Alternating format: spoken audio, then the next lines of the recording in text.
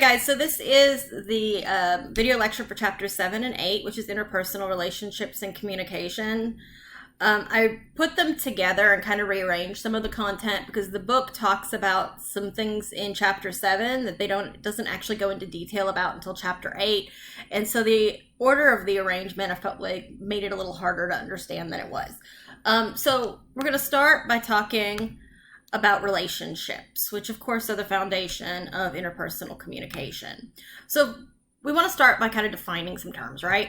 So interpersonal communication is interactions that occur between two people that help to start, build, maintain, and or redefine a relationship. And interpersonal relationships are defined by the sets of expectations two people have for each other based on previous interactions. Interactions being interpersonal communication and communication context. So in other words, interpersonal relationships are relationships that occur between two people and are made up of and defined by interpersonal communication. So there are three main types of relationships that the book talks about. First, we have acquaintances. These are largely impersonal. They're people we know by name, but maybe you're not close to, that we wouldn't share deep secrets with. So these are like coworkers, some classmates that you're not close friends with, neighbors that, you say, how are you doing today? But you maybe don't know where they work, or you don't know anything about their family or their history or anything like that. Those would be acquaintances. Friends are people with whom we have voluntarily negotiated a more personal relationship than acquaintances. They normally start as acquaintances, and over time we decide to become a little bit closer to them and become friends.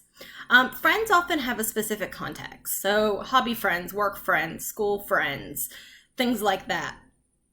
And in general with friends, the way that the book talks about it, if the situation changes, the relationship tends to fade. So let's say you have a work friend and you change jobs and you don't necessarily talk to that work friend anymore now that you're not at work anymore. Or maybe perhaps more relevant to a lot of you probably had friends at school, at high school. And now that you're in college, maybe you don't talk to them as much. That would be kind of in this category of friends. Now, intimates are people with whom we have a high degree of interdependence, commitment, disclosure, understanding, affection, and trust. So friends often become intimates. And these intimates include romantic relationships and close platonic friendships of either and both genders. And so let's say you have that high school friend that you had one really, really close high school friend. And then you go off to college and you still talk on the phone like every night, or you still message on Facebook like every day. That would be an intimate rather than a friend, the way the book's describing it, because it's someone that you communicate with often, you're committed to the relationship, you have a lot of affection for them, and hopefully you have a lot of trust for them. So with acquaintances, the goal is normally to reduce uncertainty. And we talked about those uncertainty reduction theories earlier in the semester. And they're also characterized by impersonal communication. This is communication in which you don't really reveal much about yourself. So it can be chit chat or small talk, very surface level stuff. How's the weather? How was your day at work? That kind of stuff. But it requires very minimal trust or any level of vulnerability. Some guidelines for acquaintances. You want to kind of initiate the conversation, maybe introduce yourself, refer to a shared context or situation like, oh God, the boss is at it again, make a joke. You also can make comments relevant, so you want to make sure that there's kind of an audience relevance link there, that what you're saying is going to be interesting to that acquaintance. It can be helpful to develop an other-centered focus, meaning focusing more on the other person than yourself, by asking questions and following up. And you can engage in appropriate turn-taking, so balancing talking with listening, avoiding interrupting, and hearing them out. And finally, with acquaintances in particular, it's important to be polite and follow the conventional rules of socialization.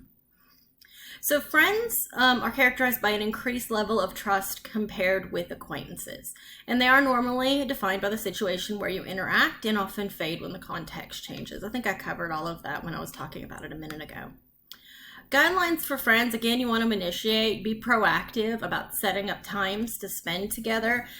It's easy for everyone to get involved in work and life and just kind of forget about the friendship, and then it fades away in the background. Be responsive by asking questionings and questions and focusing on listening and responding. If you want to improve the relationship, exchange more personal information, opinions, and feelings, which is called self-disclosure. Provide emotional support, including comfort and support whenever it's needed. And manage conflict through open and understanding communication. I know some of these terms are things we haven't fully talked about yet, and we will talk about them more as we go through the PowerPoint. So intimates are characterized by high levels of interdependence, meaning we depend on these people and they depend on us. Commitment, both sides prioritize the relationship, and in the case of a romantic relationships, with the exclusion of like open relationships, agree to be exclusive. Disclosure, we share personal feelings, informations, and opinions that perhaps might make us vulnerable. There's a high level of understanding. We want to understand the other person's point of view, and we want to be understood. We both kind of like, we like them, they like us. It's a high level of affection. There's also a high level of trust. So we place confidence in them and vice versa, and especially when it comes to private information. So some types of intimate relationships are platonic and romantic. So platonic, in the current use of the word, means non-sexual, and it can be same-sex or opposite sex. And romantic, the partners acknowledge a shared sexual attraction. This often grows into partnerships, things like marriages, and additional families. So, you're meeting your spouse and having kids. So guidelines for intimate relationships are to be dependable, to show that your partner can rely on you, be responsive to your partner's needs, be collaborative and try to come up with mutually appropriate solutions, especially when managing conflict. Be faithful, so keep confidential information private, and obviously if it's not an open relationship and it's a romantic relationship, don't sleep with other people. Be honest and transparent, and make the relationship a priority. So now I want to talk about some stages in relationships. So, how do they form and grow and all of that. So stages, first two stages are coming together and maintaining. So coming together is the beginning of a relationship. You'll see increased physical contact, often increased disclosure, sharing information, opinions, and about yourself, and intimacy as the relationship grows. And then stage 2 is the maintenance stage. Relational management refers to communication strategies that keep a relationship operating smoothly. There are many, many relational management strategies, but a few are to make time for each other, show respect, sacrifice. Most of the things we looked at a couple of pages ago, guidelines for intimates, these are all relational management strategies. Then the final stages are coming apart, and this often happens, again, with those high school friends I was talking about. So relationships will start to fall apart or dissolve, and there are actually stages to that happening. And especially in the early stages, if you identify it, you can kind of pull back and remake the relationship a priority. So the first stage of a relationship dissolving is called circumscribing. And this is when just communication starts to decrease in quality and quantity. So maybe you used to talk about your dreams for the future, and now you kind of just talk about chores or the weather or what happened at work or some relatively minor stuff. You don't have that same level of intimacy and disclosure that you used to have. Then after circumscribing, the relationship will start to stagnate. And this is just going through the motions of interacting without emotion. So it's just that kind of stage where you're interacting still, but you're not. You're not really in it. After stagnating, there's avoiding. So this is when individuals create physical or emotional distance in the relationship, actively pulling away from each other. And then after the avoiding stage is the terminating stage. And at that point, the relationship either ends or transforms. And so, for instance, it might transform from a friendship to an acquaintance.